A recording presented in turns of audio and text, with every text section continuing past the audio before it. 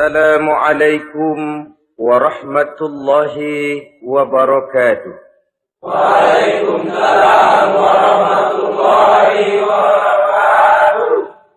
Bismillahirrahmanirrahim. Alhamdulillahi rabbil alamin.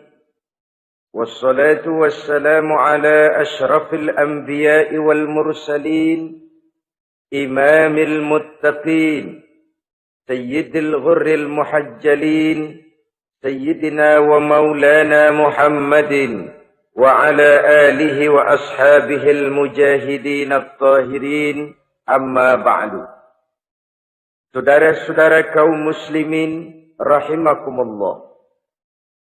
Dalam kehidupan ini, pada satu sisi memang kita harus melaksanakan berbagai kegiatan amal ibadah. Tetapi pada sisi lain, kita juga harus menjaga. Jangan sampai amal ibadah yang sudah kita kerjakan itu dihancurkan oleh sikap kita sendiri. Bahwa kita sudah sholat, alhamdulillah. Bahwa kita sudah zakat dan memberikan sedekah, syukur. Bahwa kita sudah melaksanakan ibadah haji, thayyib. Apakah dengan demikian amal kita sudah menjadi banyak? Nanti dulu. Jangan berbangga hati dan puas diri. Pada kesempatan yang berbahagia ini, saya ingin menyampaikan satu hadis yang diriwayatkan oleh Imam Ad-Dailami, di mana Rasulullah sallallahu alaihi wasallam pernah bersabda, "Sittatu asya'in tuhbitul a'mal." Ada 6 perkara yang bisa menghancurkan amal yang sudah kita kerjakan. Salat yang sudah kita kerjakan itu, zakat yang sudah kita bayarkan itu, haji yang sudah kita tunaikan itu, bisa dihancurkan oleh 6 perkara ini. Nanti di akhirat, pada saat setiap orang menunggu pahala dari ganjaran amal yang ia kerjakan di dunia ini, kita menanti dan menanti. Ya Rabb, mana amal kebaikan saya? Mana pahala kebajikan yang saya lakukan? Hasilnya tidak ada. Amal yang kita kerjakan dihancurkan oleh sifat-sifat yang akan kita kemukakan pada pertemuan kali ini.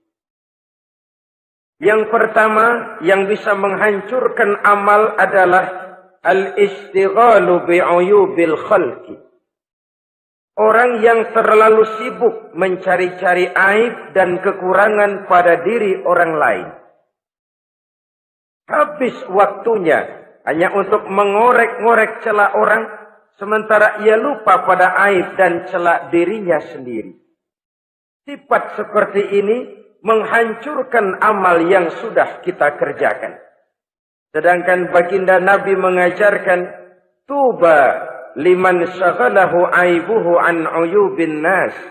Beruntunglah orang yang kekurangan pada dirinya menyebabkan dia sibuk sampai ia tidak sempat mencari-cari aib dan kekurangan pada diri orang lain. Saudara-saudara kaum muslimin rahimakumullah. Sibuk mencari aib orang tentu bukan dengan tujuan positif.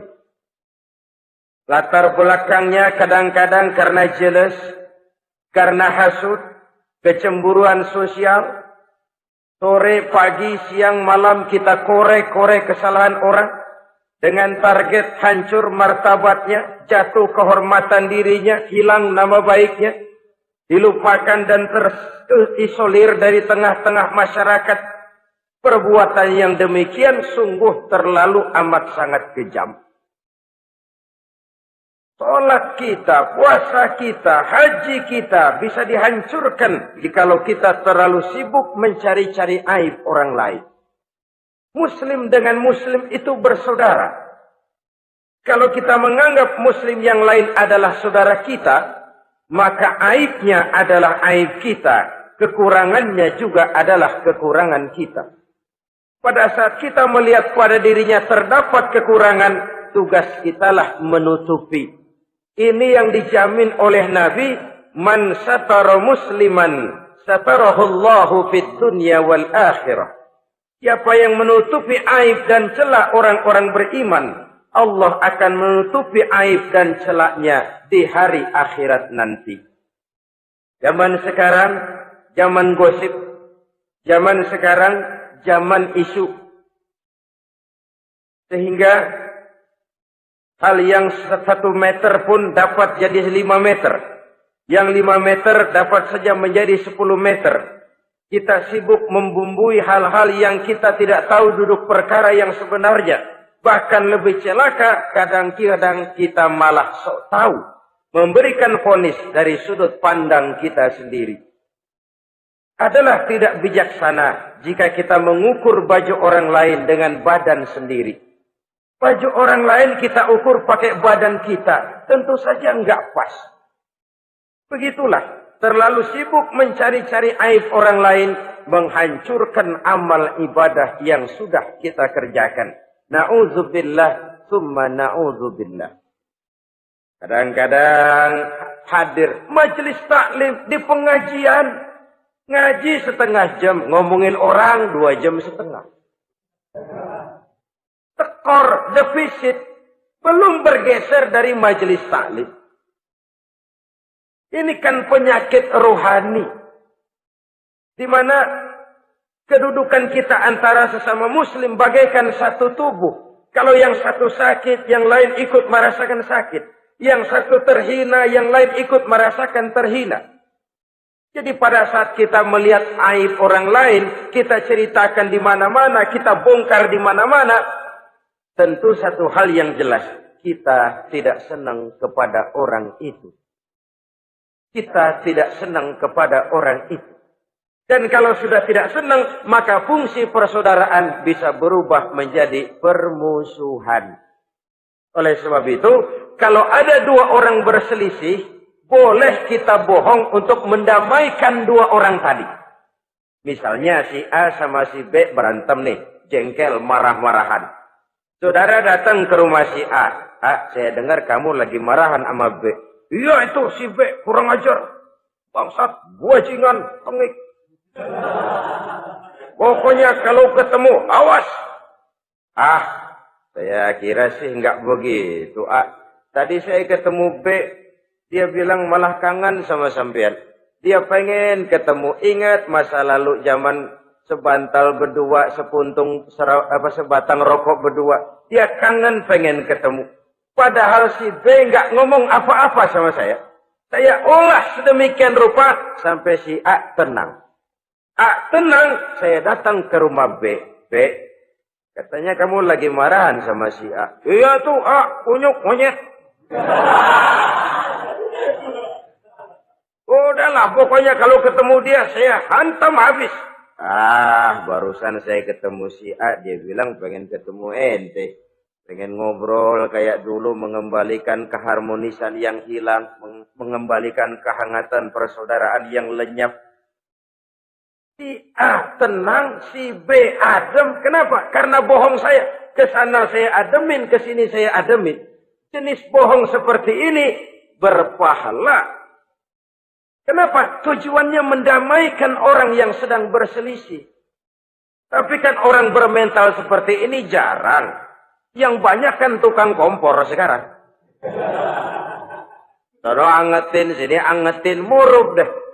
Datang sama A, lu marahan sama B. Iya, gue kesel banget sama B. Emang? Wow. Diemang-emangin. Oh, udah dah, pokoknya gue mah kalau jadi elo takut sama si B, gue buka celana, gue pakai rok deh. Si A panas. A panas, datang ke rumah B. Komporin lagi. Dua-duanya panas, koslet, terjadi perkelahian. Biang iblisnya tukang kompornya. Sampai untuk mendamaikan 2 orang yang berselisih, diizinkan berdusta. Kenapa? Prinsip Islam itu Islam. Mencari jalan damai, bukan mengeruhkan suasana. Inilah realitas di tengah-tengah masyarakat. Enakan ngomporin daripada nyiramin. Enakan manasin daripada mendamaikan 2 orang yang sedang berselisih. Apalagi kalau kita punya kepentingan. Main nimbrung aja kayak toge. Kagak ngerti urusan. Nyampur aja nyampur. Toge kan begitu. Toge ada laksa nimbrung. Ada gado-gado ngikut. Ada kredok masuk. Kagak ngerti juntrungan masalah. Main nyampur aja nyampur.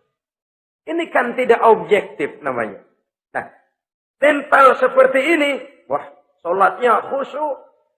Zakat bayar, sedekah iya. Tapi kalau suka cari-cari aib orang, jembreng kesalahan orang di mana-mana, sholatnya, puasanya, hajinya bisa dihancurkan oleh mental yang seperti ini. Jangan bangga-bangga, sholat saya sudah banyak, puasa saya hebat, mantap, haji saya tiap tahun mondar-mandir ke Mekah. Tapi kalau mental seperti ini masih ada, waspadalah. Amal yang kita kerjakan bisa hancur oleh mental, sikap mental kita sendiri. Ini yang pertama. Yang bisa menghancurkan amal terlalu sibuk mencari-cari aib orang lain. Satu. Yang kedua, saudara-saudara, wa qaswatul qalbi. Orang yang hatinya keras. Tidak mempan diberikan nasihat.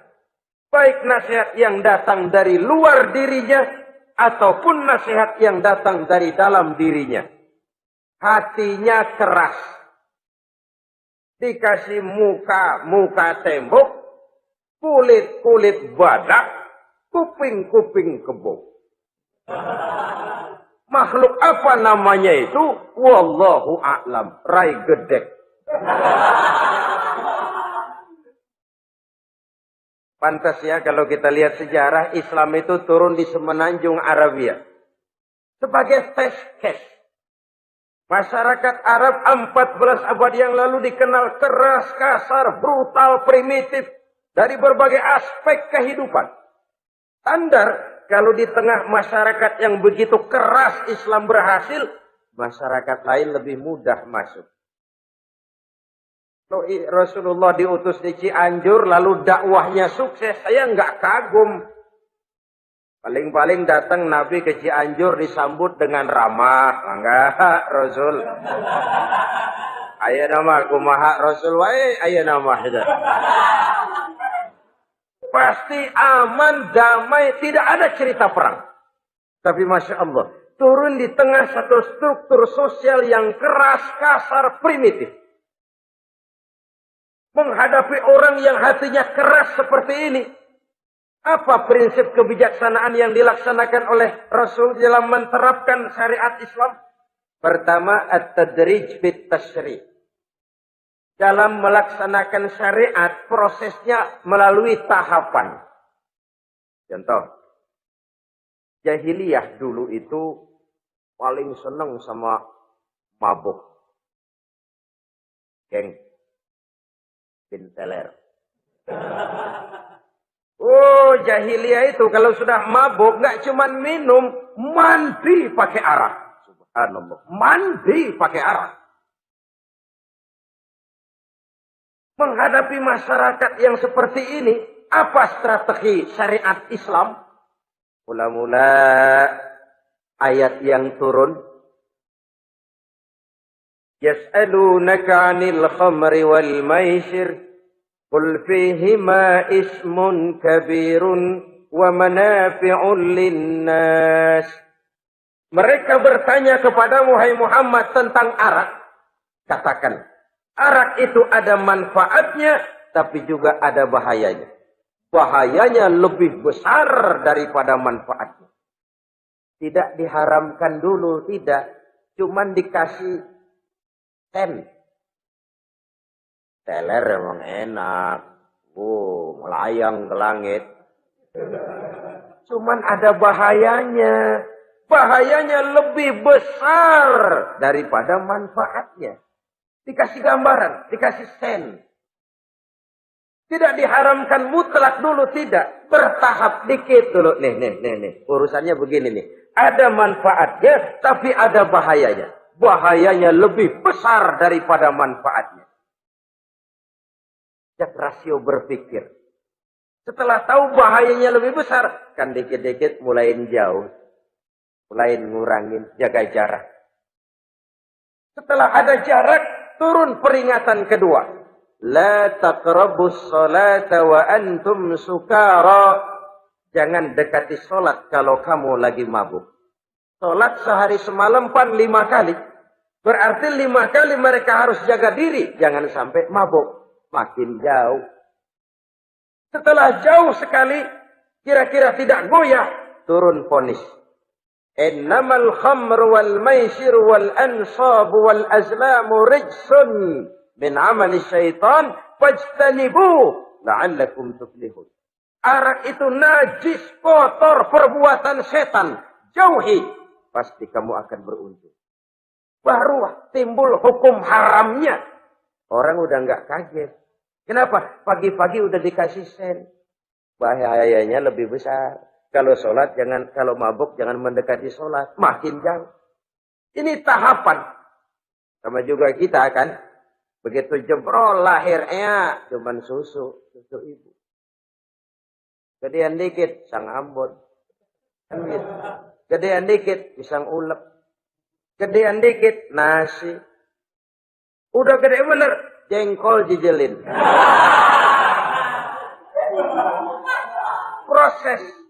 Proses. Coba bayi begitu lahir kasih pisang batu. Tenggeng.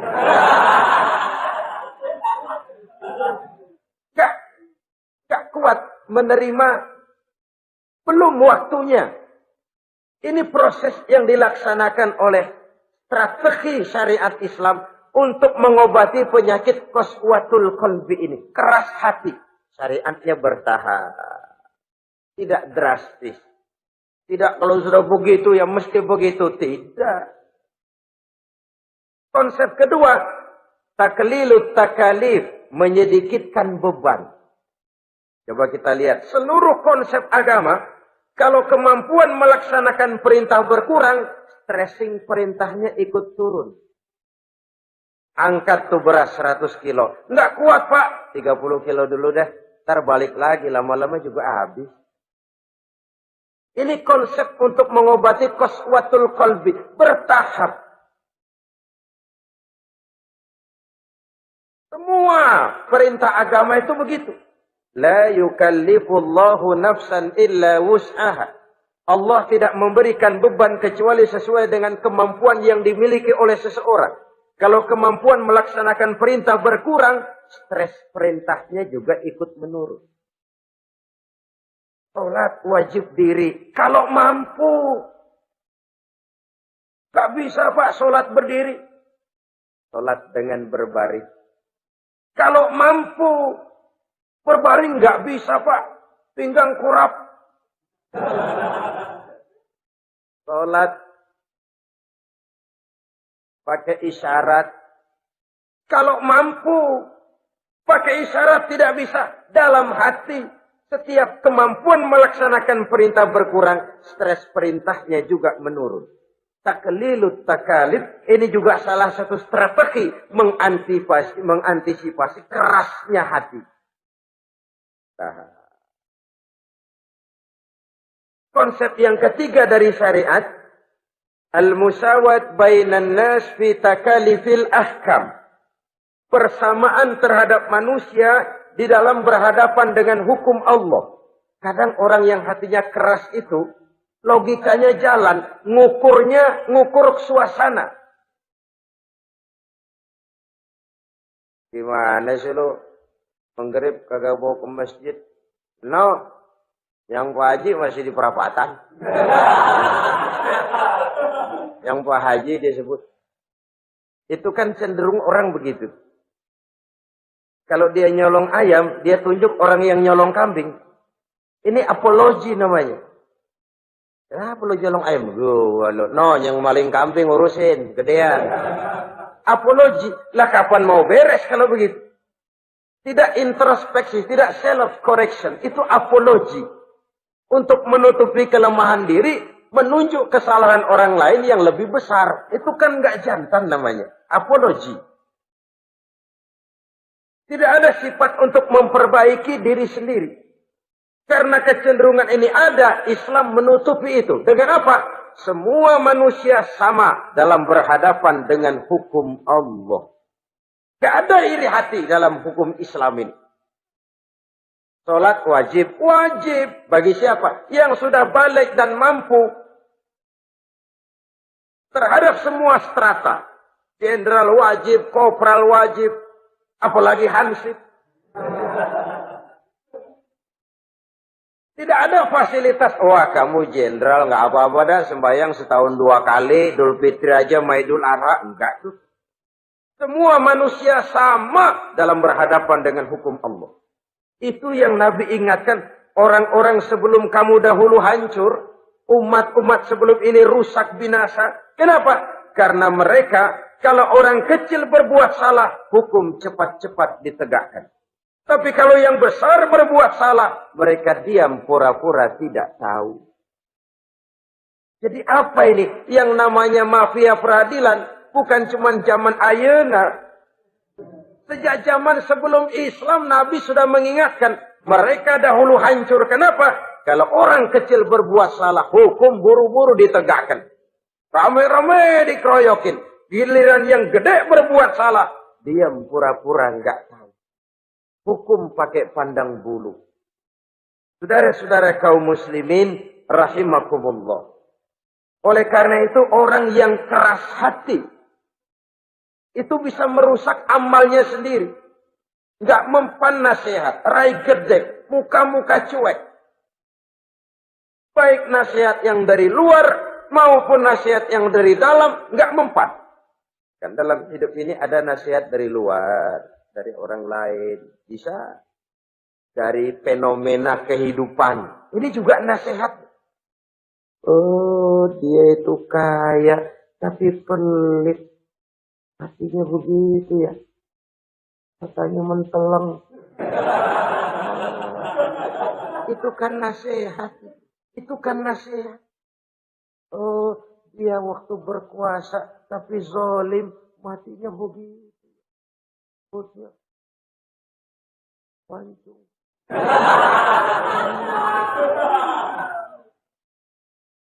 Fenomena kehidupan yang kita lihat, yang kita dengar, yang kita saksikan, itu semuanya bisa nasihat. Unzuru kaifa kana akibatul mukadzibin. Lihat kehidupan ini. Dunia ini kan sebuah sekolahan besar. Semua yang kita lihat, kita saksikan, kita pelajari, bisa jadi contoh buat kita. Orang yang bijak, yang bisa mengambil hikmah dari manapun datangnya. Baik dari yang baik, maupun dari yang tidak baik. Saudara-saudara kaum muslimin, rahimakumullah. Nasihat yang datang dari luar. Dari orang atau dari fenomena kehidupan. Atau nasihat yang tumbuh dari dalam diri sendiri. Perubahan organisme tubuh. Itu kan nasihat. Ya Allah. Sekarang cantik jelita. Iya, sedang sweet 17-an. Rambutnya hitam, ikal berderai. Iya, semua memuja, memuji. Alisnya katanya laksana semut beriring. Dagunya bak pauh dilayang. Kalau dia senyum, semua orang terpesona. Sekarang 50 tahun yang akan datang, coba senyum, kabur orang.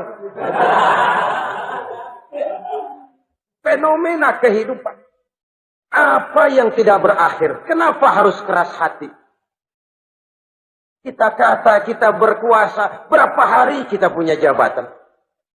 Kita kata kita kaya, berapa banyak harta kita? Kita kata kita alim, kita tahu. Apa yang kita tahu dari semesta jagat raya ini? Lalu apa yang tidak berakhir? Korun yang katanya kaya, mati itu. Fir'aun yang katanya gagah, mati. Napoleon Bonaparte, the Lion of Europe, singa daratan Eropa, mati. Saking mati, mati.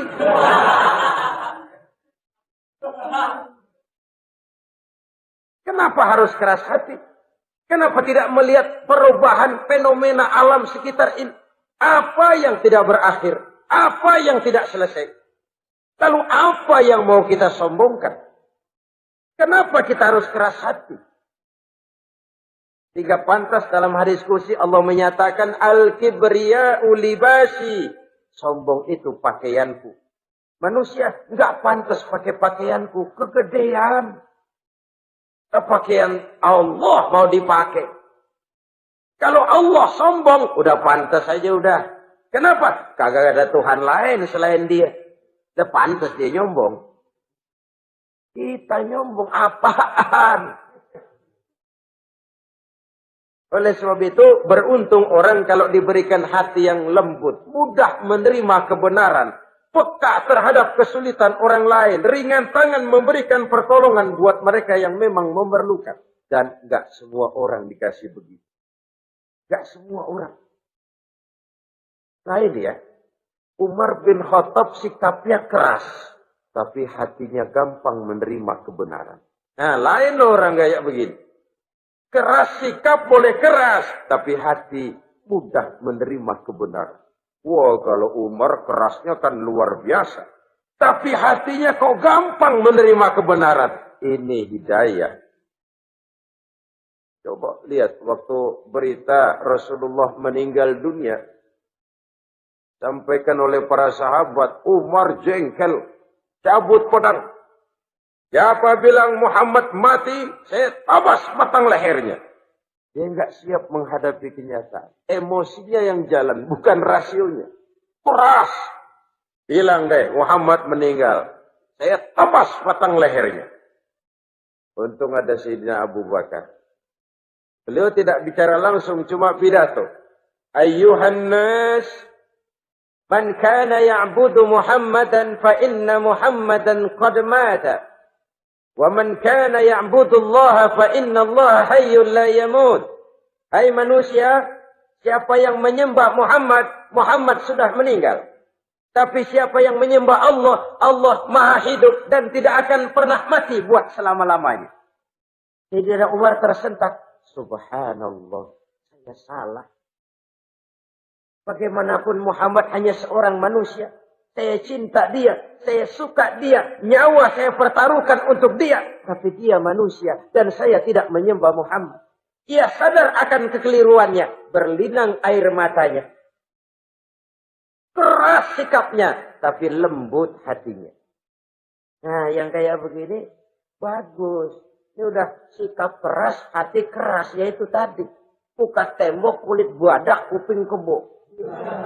Diapain aja udah nggak mempan aja udah. Susah yang kayak begini. Saudara-saudara, ma'asyiral muslimin rahimakumullah. Jadi yang kedua yang bisa menghancurkan amal kita, orang yang hatinya keras. Wah. Yang ketiga sekarang, yang bisa menghancurkan amal kita itu wa hubbud dunya. Orang yang terlalu cinta kepada dunia. Nih, pakai kalimat terlalu. Ya. Kalau sekadar cinta kepada dunia, why not? Kita cinta anak dan istri, wajar. Kita cinta harta benda, tentu. Kita cinta sanak famili dan seluruh handai tolan, memang. Kita juga cinta kepada bangsa dan tanah air. Itu bagian dari iman, persilahkan. Yang tidak boleh itu kalau sudah pakai kalimat terlalu. Terlalu. Sebab kalau sudah terlalu, itu sudah di luar kontrol. Orang lalu menghalalkan segala cara. Terlalu cinta kepada jabatan.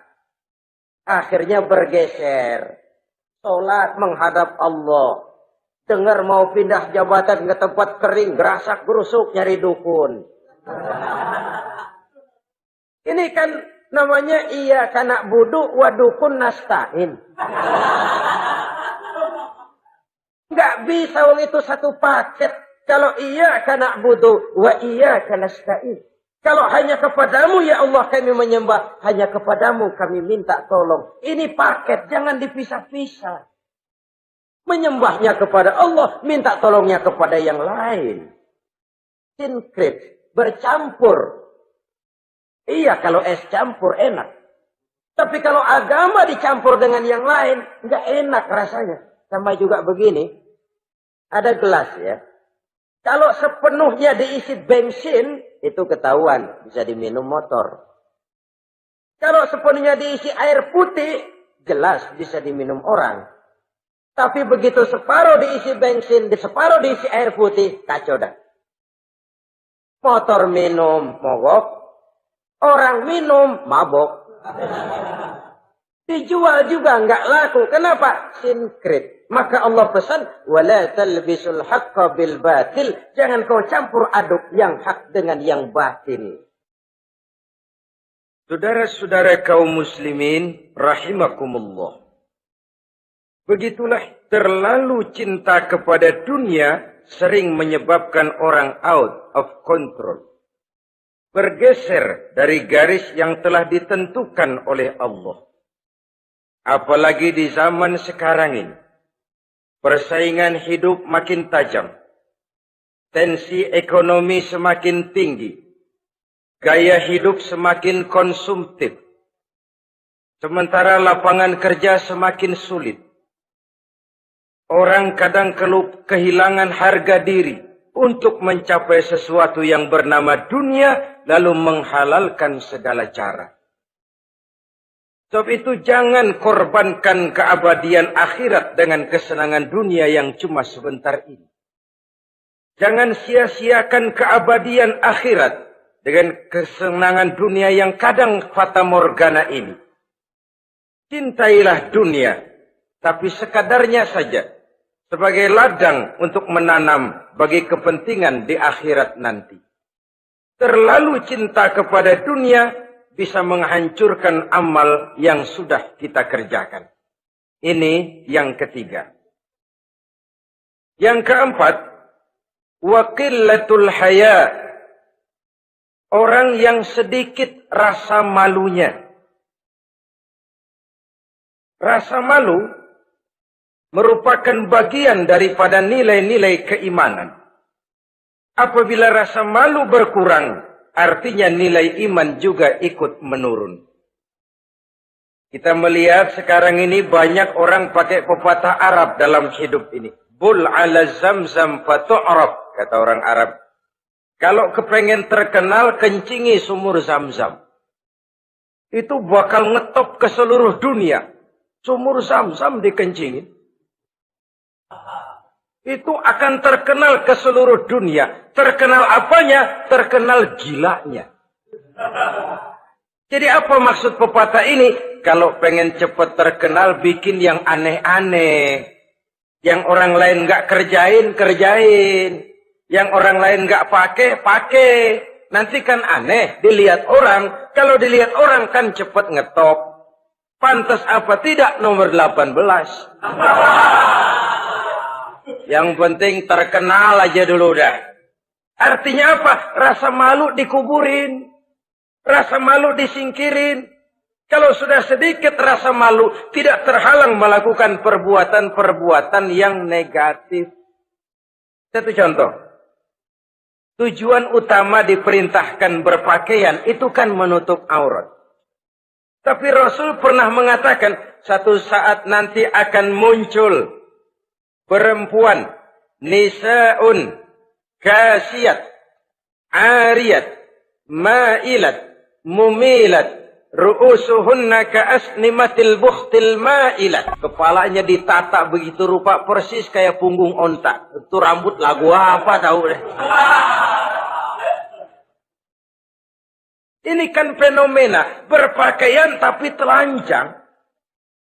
Kenapa? Yang dikejar mode, yang dikejar merek. Kiblatnya Paris, London, Roma. Imamnya siapa? Pierre Cardin, Christian Dior, Escada, apa itu Etienne Egner. Merek yang dikejar, mode yang dikejar, aurat pontang-panting. Ditambah oleh tayangan-tayangan berbagai iklan yang merangsang anak-anak kita untuk hidup konsumtif. Iyo. Cocok iya jeung urang yo. Terangsang dia untuk konsumtif. Dihadapkan kepada kenyataan. Suasana ekonomi enggak menunjang. Orang tua lemah ekonominya. Dia lihat sekelilingnya ternyata yang lain juga begitu. Banyak teman senasib, kumpul. Disingkirkan rasa malu. Akhirnya tukang bajai ditodong. Qillatul haya, sedikit rasa malu. Kalau sedikit rasa malu, dia tidak terhalang lagi melakukan perbuatan-perbuatan yang negatif. Dan itu berarti menghancurkan amal-amal yang lain. Sebab itu budaya malu ini sangat penting. Coba kalau dia hinggap di hati seorang pejabat. Pejabat yang punya rasa malu, Masya Allah, membawa manfaat yang besar buat rakyatnya. Contoh saja ya, di Jepang itu ada Perdana Menteri Hosokawa, saudara-saudara dengar. Baru 8 bulan jadi Perdana Menteri. Dia dijuluki Mr. Clean. Mister Bersih. Diisukan terlibat skandal cuma 4-6 miliar rupiah. Itu pun buat kampanye kemenangan partainya. Diisukan begitu rupa, malu Hosokawan. Malu mengundurkan diri. Baru 8 bulan jadi Perdana Menteri. Mundur, malu. Padahal Hosokawa nggak kenal ketuhanan yang Maha Esa. Nggak kenal. Tapi budaya malunya luar biasa. Nah kalau sudah pejabat nggak punya malu, habis. Kan sekarang umpamanya nih, ada impres desa tertinggal, disunatin. Sampai marah betul itu Bapak, para pimpinan negara kita itu. Tidak ada maaf bagi pejabat yang nyunatin IDT. Kenapa? Kan tipis rasa malu. Turun dari atas sunatin, turun ke bawah sunatin, turun ke bawah sunatin lagi. Nyampe bawah tetelan doang dikit banget. Kebanyakan tukang sunat, saudara-saudara. Budaya malu yang nipis. Orang kaya kalau punya budaya malu, bawa rahmat bagi lingkungannya. Ulama kalau punya rasa malu, nggak jual ayat menghalalkan yang haram, mengharamkan yang halal. Bagaimana Kiai? Haram! Karena belum dapat bagian. Begitu dapat jatah, haram dikit dah. Kiamat umat kalau sudah kayak begini. Budaya malu di segala strata sekarang ini menipis. Dan itu tentu berangkat dari kualitas keimanan. Ini yang perlu dipompa ke permukaan. Dan dilematis memang sering terjadi. Satu contoh, pada satu sisi kita menggalakkan proyek pariwisata. It's okay, kita perlu devisa. Tapi pada sisi lain kita harus menjaga nilai-nilai luhur dari budaya bangsa kita. Jangan sampai kemasukan wisata mancanegara, lalu budaya mereka yang tidak sesuai juga ikut kita serap. Bule masuk ke Indonesia, pakaian seenaknya, dia mau udah pantas aja udah. Perempuan ayab-ayaban ke pasar pakai kutang doang, bule pantas aja. Bocah kita ayab-ayaban ke pasar pakai kos kutang, perempuan mana panok melulu.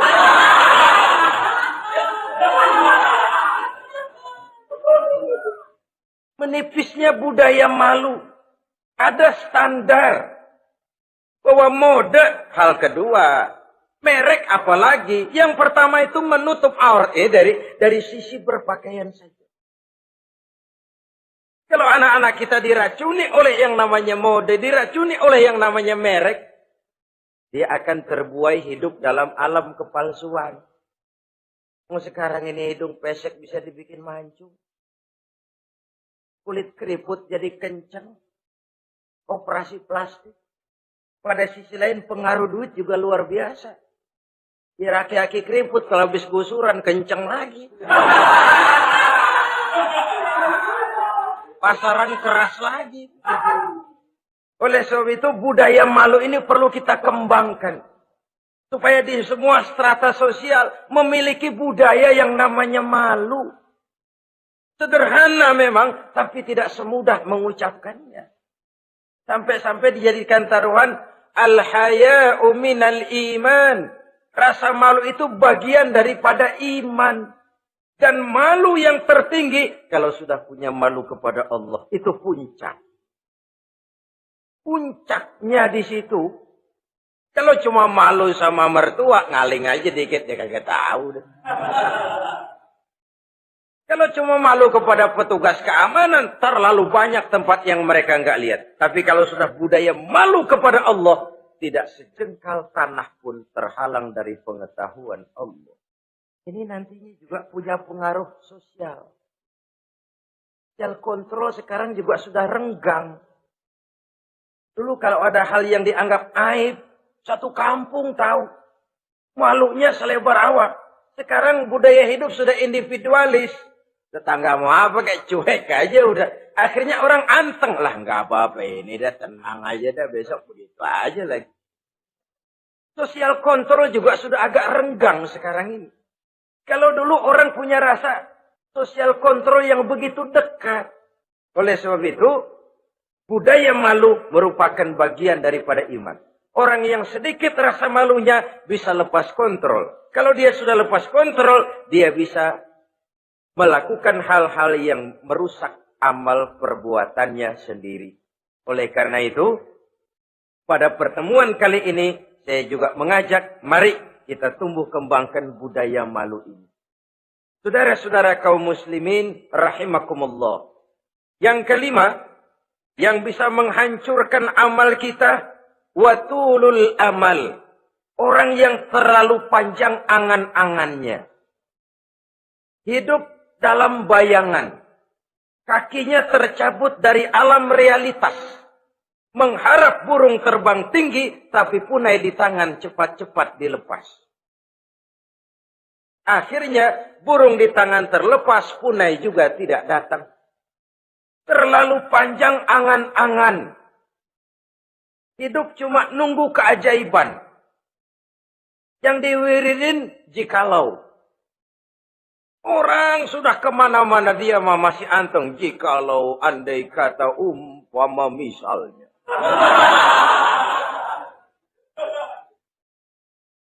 Islam bukan agama orang pemalas yang selesai sholat lalu berpangku tangan. Ada orang yang cuma sujud saja rezekinya mengalir.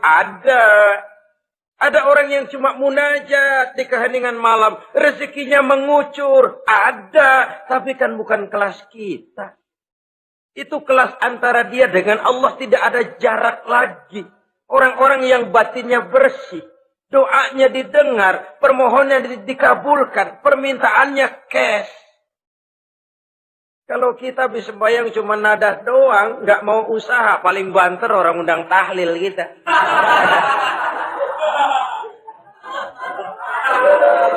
Sebesek campur geretan dulu.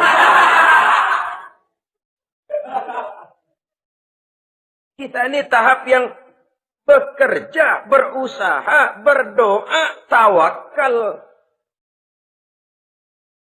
Pernah dalam satu sholat Jumat Rasulullah di masjid. Ada seorang sahabat Baduy. Datang dari pedalaman mau sholat Jumat. Turun dari onta cepat-cepat masuk ke masjid. Ditegur oleh Rasul. Ontamu sudah kamu ikat? Belum ya Rasul. Kenapa? Saya tawakal kepada Allah. Marah Rasul. Keluar. Ikat ontamu. Masuk lagi ke masjid. Baru tawakal. Sederhana sekali. Tapi inilah gambaran kehidupan. Ikat ontamu baik-baik. Baru tawakal. Kalau nggak diikat. Udah tawakal terus hilang. Tawakalnya salah.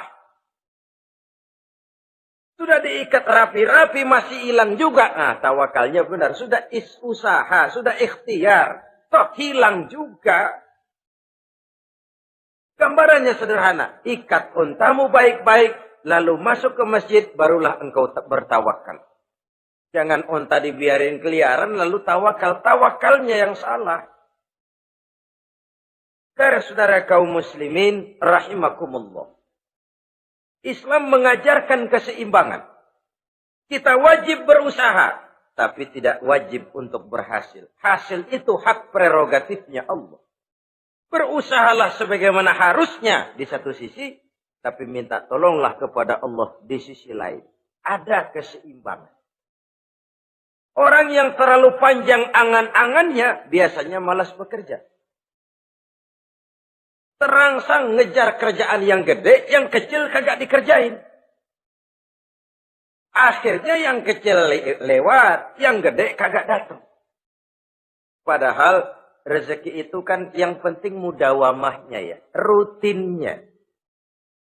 Biar banyak tapi begitu sekali datang banyak, begitu stop 10 tahun kagak datang terus.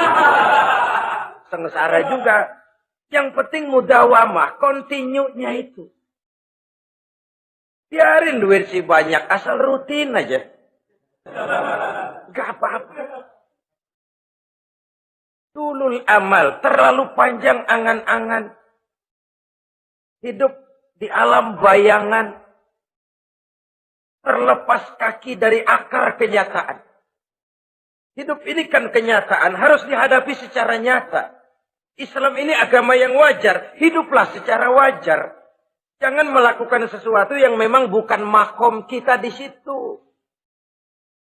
Artinya apa? Kalau memang kita cangkir, lalu minta air seember, kan lebihnya mubazir. Cangkir, minta air diisiin seember. Buat apa lebihnya? Bukan makom kita. Jangan tercabut dari akar kenyataan. Siapa sih kita ini? Jangan ibadah baru ala kadarnya, sikap udah kayak wali. Iyalah kalau wali cuma sujud, permohonannya makbul. Kenapa? Dia dengan Allah itu nggak ada jarak. Kita, lapisan dosa kita yang bikin jarak. Makanya sering dijelaskan ya. Kalau ada hadis, siapa yang baca Bismillahirrahmanirrahim, dia lewat di atas air, beku itu air, dia bisa jalan di atas air. Bismillah saja bisa jalan di air. Tapi kan soalnya kemudian, Bismillahnya orang yang bagaimana?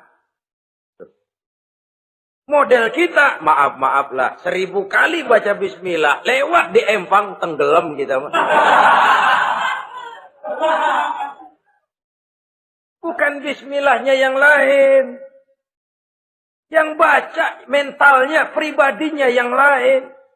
Makom kita belum di situ. Kalau memang makom kita masih harus berusaha, berusaha. Bahwa nanti Allah berikan rizki lewat jalan yang tidak kita sangka-sangka. Itu sih urusan Allah. Itu sih haknya Allah. Tapi urusan kita, kita harus berusaha sebagaimana harusnya kita berusaha. Ya, emang jodoh dari Tuhan, apanya pakai nyari, dan ntar juga aja datang. Datang cuma nenek-nenek kali.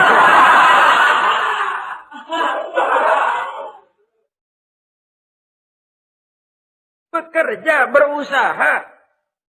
Jangan terlalu panjang angan-angan. Hiduplah secara nyata, apa adanya, yang wajar-wajar saja. Tinggal di gubuk reot, hidup pakai gaya jet set. Ngagul dah. Sama merek mobil kenal banget, mobil orang-orang.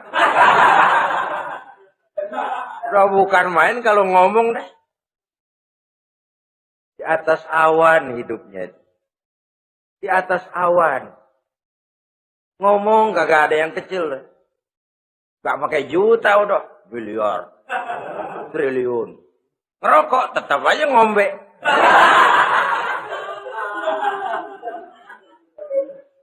Silahkan mengharap burung terbang tinggi. Tapi punai di tangan jangan dilepas.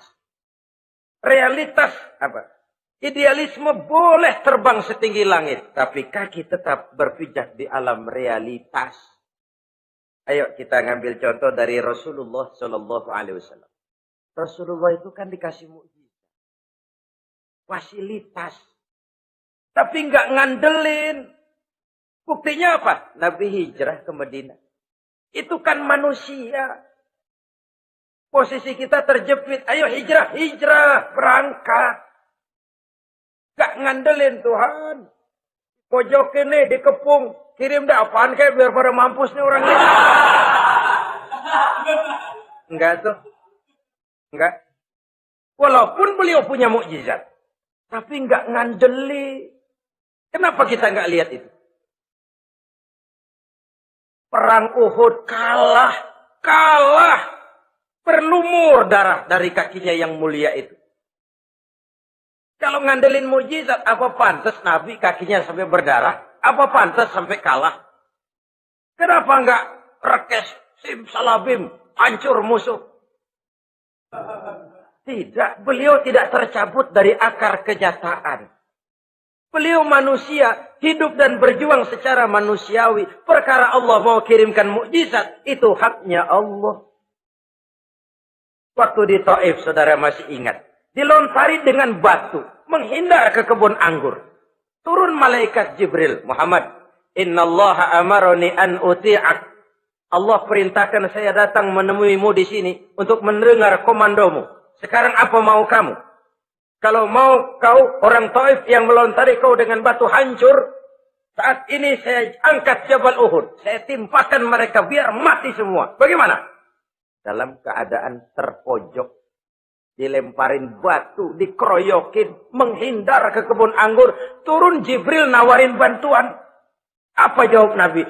Jangan Jibril. Jangan. Saya diutus bukan buat ngancurin orang. Saya ini rahmah bagi alam. Tapi kamu disambitin. Biarin. Saya berjuang jangka panjang Jibril. Kalau sekarang mereka ingkar, barangkali nanti anak-anaknya mau beriman. Saya tungguin anak. Kalau anaknya kafir lagi Muhammad, cucunya. Oh susah Muhammad, susah. Kenapa? Bagaimana bapak, begitu anak. Gak begitu. Lalu mau kamu apa? Saya mendoakan mereka. Allahumma hdi qaumi fa innahum la ya'lamun. Ya Allah, berikan hidayah kepada mereka yang nyambitin saya. Karena mereka enggak tahu. Disambitin, berdarah, yang nyambitin didoakan. Pada satu sisi ini menunjukkan tingginya akhlak Nabi. Pada sisi lain ini menunjukkan Nabi juga mengatur strategi secara manusia. Tidak simsalabim. Tidak tercabut dari akar kenyataan. Padahal kita kalau lagi kepepet, ada yang nolongin, kan demen banget. Kali mah kalau kita yang jadi nabi tuh. Disambitin orang, turun Jibril. Bagaimana hancurin? Sikat Jibril dah. Habisin aja, habisin. Hijrah ini usaha ikhtiar manusiawi. Perang kalah manusiawi. Putra tercinta wafat berlinang air mata manusiawi. Sakit manusiawi. Padahal punya mukjizat. Tapi enggak ngandelin. Semua nabi juga gitu. Nabi Musa dikasih tongkat. Tapi berapa kali tuh tongkat dipakai? Waktu ngelawan tukang sihir. Waktu nyebrang di Lautan Merah. Itu aja. Selebihnya Nabi Musa berjuang secara manusia. Berusaha. Gak mentang-mentang punya mukjizat. Tongkat tiap dapat kesulitan. Awas tongkat.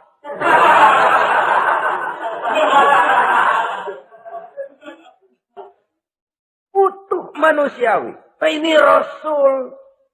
Kenapa kita nggak lihat itu? Kenapa kita lalu tercabut dari akar kenyataan dan hidup dalam khayalan? Sampai-sampai di satu anekdot yang menyentuh. Sekarang ini akibat tayangan-tayangan televisi begitu rupa. Ada seorang bapak ditanya sama anaknya. Pak, Tuhan sama Batman kuatan mana sih?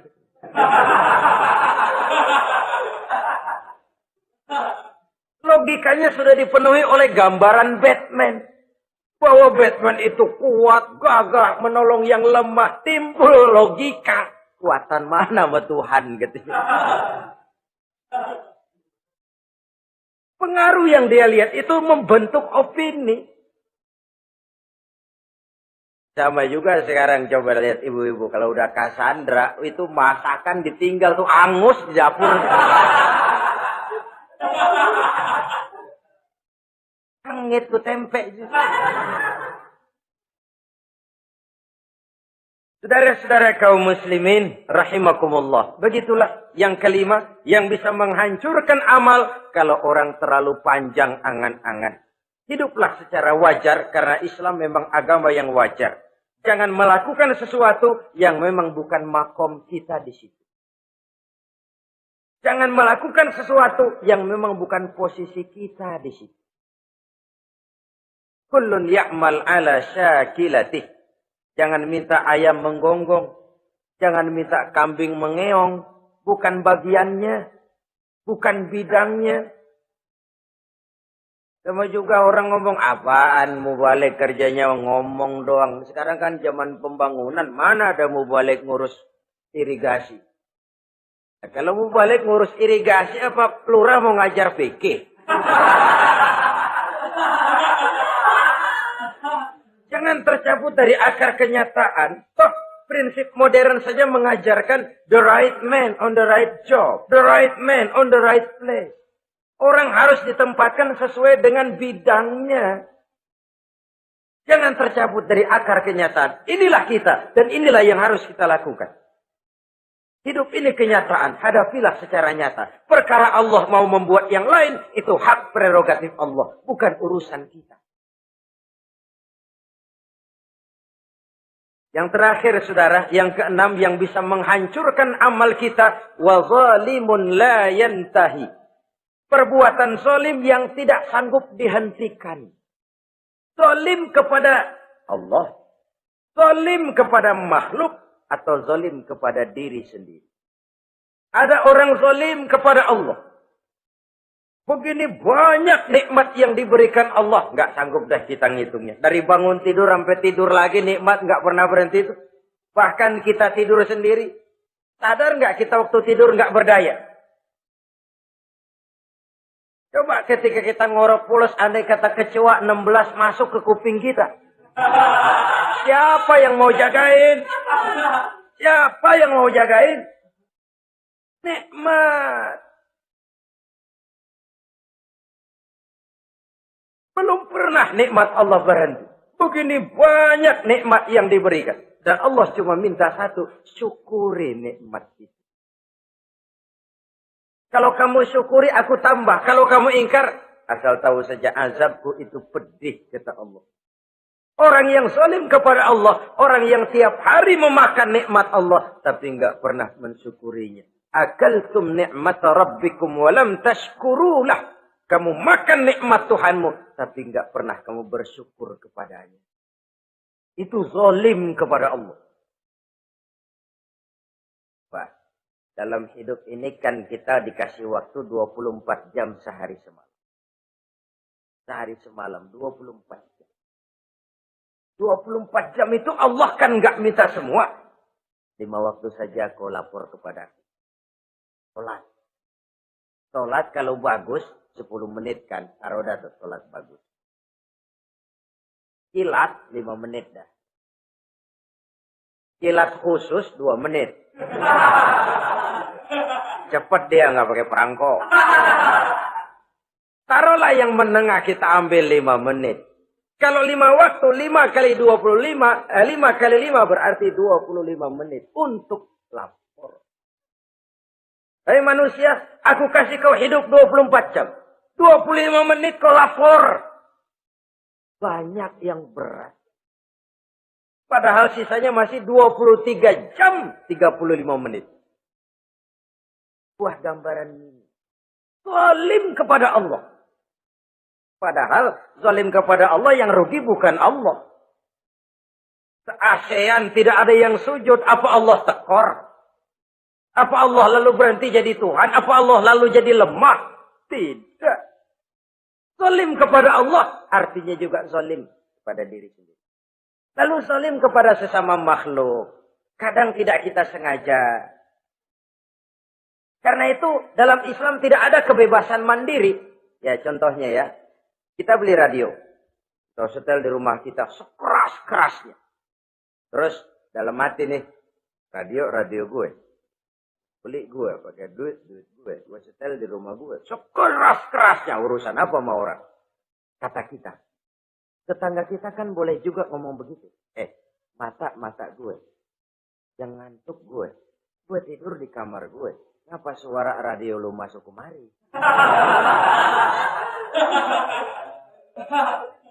Ini kebebasan saya nyetel radio dibatasi oleh kebebasan tetangga saya yang mau tidur. Kalau saya perturutkan nafsu saya sudah zalim kepada dia. Zalim kepada orang lain. Dan yang banyak tidak kita sadari, zalim kepada diri sendiri. Membiarkan diri hanyut dalam munkarat dan tanpa ada usaha untuk menghentikannya. Tidak ada orang yang bisa mencelakakan diri kita terus-menerus kalau bukan diri kita sendiri. Tidak ada yang bisa menyelamatkan diri kita kalau bukan kemauan kita yang tinggi untuk menyelamatkannya. Allah sudah ciptakan kita dalam bentuk yang paling mulia. Fi ahsani taqwim.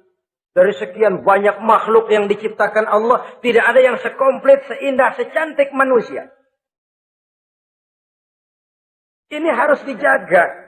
Jangan posisi yang sudah tinggi ini kita rendahkan sendiri. Fi ahsani taqwim posisi kita. Tapi kita rendahkan, kita kembali asfala safilin. Posisi yang paling rendah, kita zalimi diri kita sendiri. Karena itu, zalim kepada Allah, zalim kepada orang lain, zalim kepada diri sendiri, akarnya sama, mendatangkan kerugian. Dan bisa merusak amal yang sudah kita kerjakan. Oleh karena itu, mari sama-sama kita berusaha. Pada satu sisi kita melaksanakan amal ibadah sebagaimana yang seharusnya, tapi pada sisi lain kita menjaga nilai-nilai ibadah. Jangan sampai hancur oleh perbuatan kita sendiri. Sekianlah jumpa kita kali ini. Insya Allah kita lanjutkan di lain kesempatan. Terima kasih atas segala perhatian. Mohon maaf atas segala kekurangan. Usikum wa nafsi bitaqwallah. Wassalamualaikum warahmatullahi wabarakatuh. Waalaikumsalam.